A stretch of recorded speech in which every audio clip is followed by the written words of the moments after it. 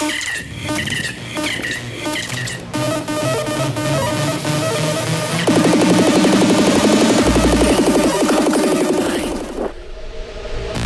it take over your body.